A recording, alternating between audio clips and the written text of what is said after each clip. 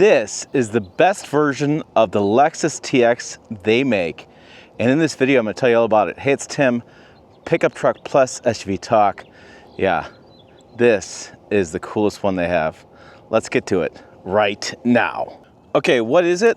This is the Lexus TX 550h Plus. That makes it a hybrid, but also the plug-in hybrid with 33 miles electric range. This is a 2026 model year, which means it comes with the new Matador red mica exterior color, which I parked it here halfway in the shade, a little bit in the sun as well. Just so you can see this really beautiful red exterior color. So yes, we have all of the goodies. Now this TX starts about $57,000, maybe a little bit more destination fee. Probably find them about $60,000 as the cheapest price. This guy though, this guy comes in at $85,000 fully loaded because you get everything. They have everything on this plus the kitchen sink with all of the features. So if you're looking for the most expensive one with all of the stuff and you want to see it on camera, here you go.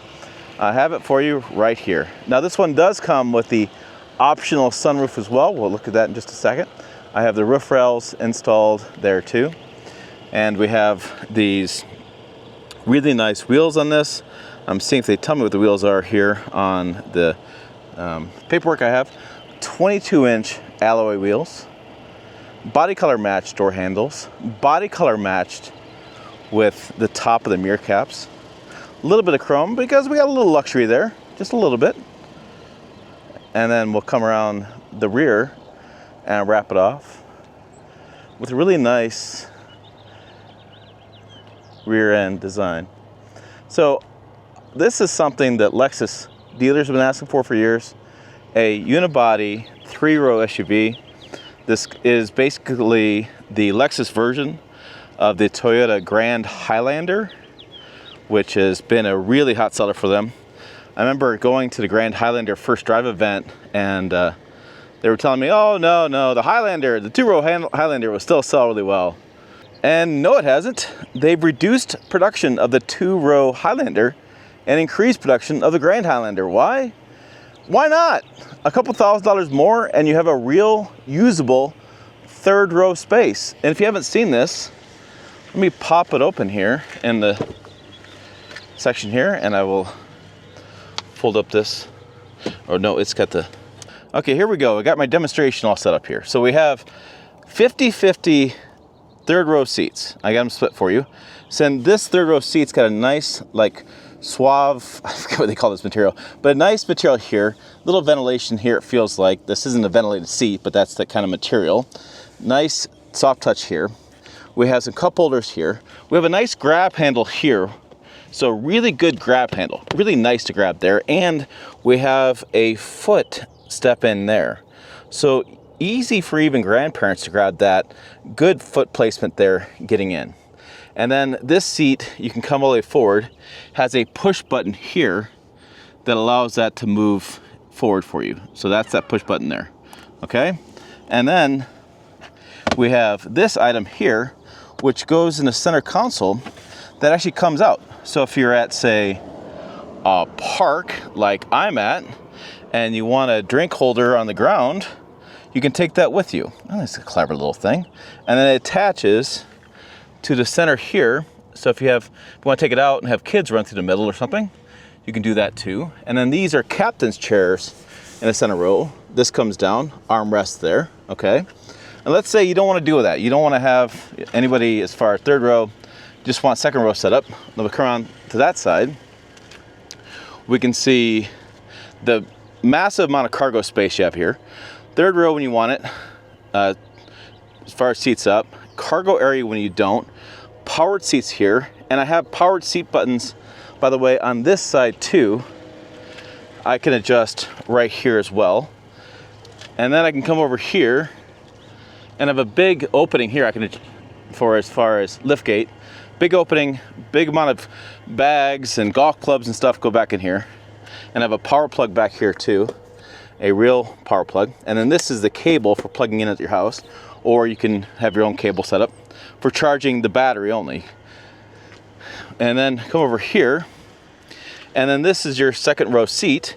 If you just want the seat, captain's chairs, again, that nice material here, and then the setup here. Now these seats are heated and ventilated second row seats, and you have the controls there, plus USBs there, plus a real plug down there, and nice seating position back here for those customers.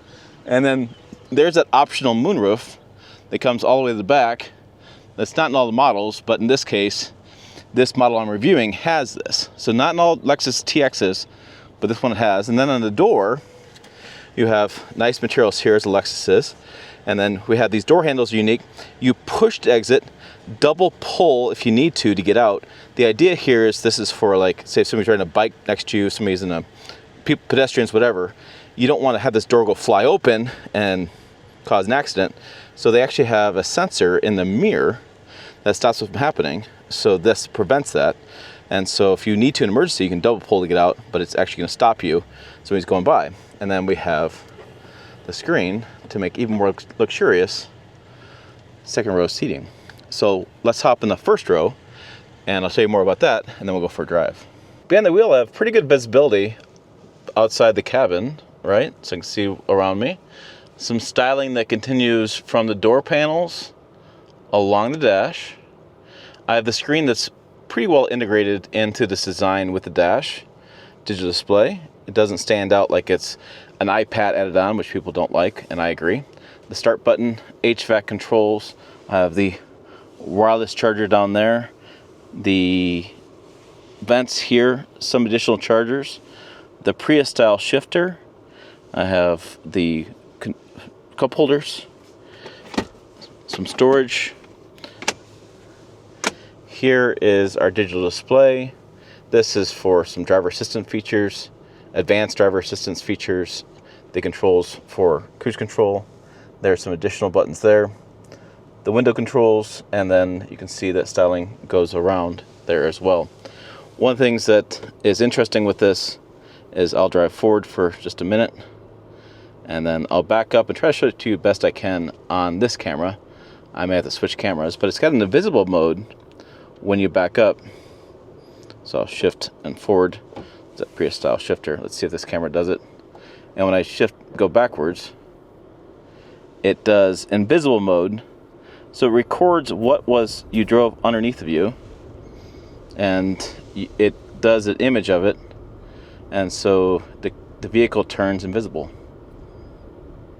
So under the hood is a 3.5 liter V6 that has combined horsepower of 404.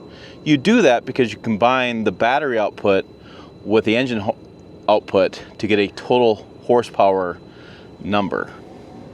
Okay, out on the open road. Whoa! Whoops. Don't move back there. Plenty of horsepower, plenty of torque, plenty of offline speed. It's really just great. It's just well done. You know, I don't love everything Lexus does, but this 3-row SUV they've done is just perfect. They've done a really good job with it, and I think it just nails everything that Lexus needed to do for this vehicle to be competitive in a class that frankly is shrinking, right? So Cadillac XT6, which was Cadillac's 3-row SUV, they decided to kill. They're like, oh no, people want electric only. That's the way it's gotta be. Well, what? Infiniti makes a pretty good product these days too. The QX65 is brand new, and that is a very competitive vehicle in this class. I think the 3-row luxury SUV unibody is a very competitive class, because I know a lot of grandparents, because I have some, who want a 3-row SUV for traveling, for the occasional grandchild time when grandkids come into town, who don't want an electric vehicle. They're at the point where they don't want to deal with it. They don't want to learn something new. They don't want anything to do with that stuff. They just want to do what they've had for many, many years. They realize they only have a few more vehicles in their lifetime to buy, so they want to stick with what they have, but they want to have a little more cargo room than a 2-row SUV offers, and they want a 3-row SUV, and they're willing to spend the money for it because they want the luxury features of it. They want nicer interior, and they want to get more bang for their buck, and they want a powertrain that feels like it's not sluggish. It feels powerful to them. This is it, folks. So I'm just surprised that it took Lexus so long to come out with a vehicle like this, and I'm surprised that its competitors are leaving the space, because when I look around, I think this is really where it's at, and I like it a lot. I think if I was older and my kids were grown and out of the house, and we needed something that was an SUV, I would definitely opt for this over, say, the Lexus RX, because for those reasons. I live in a remote part of the country. We travel for holidays. We drive. We don't fly just because of the issues with flying in my area.